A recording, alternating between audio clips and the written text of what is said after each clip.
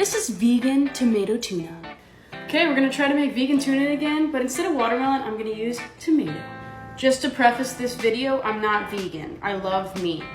Okay, so I just got this tomato all naked, meaning that I peeled it. I also took a bite of it because I was a little hungry. All right, let's cube it up.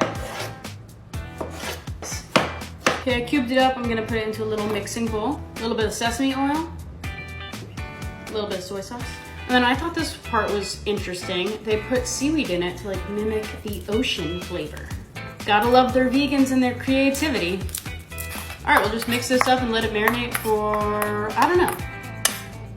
We'll go with 30 minutes. At this moment in time, this is far less repulsive than the watermelon tuna, so I have faith.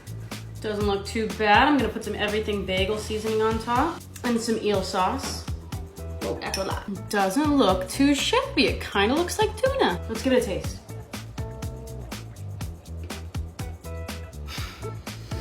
I can't lie. It's actually really good. And that seaweed's really doing something. I can get on board with this one. Well done, vegans.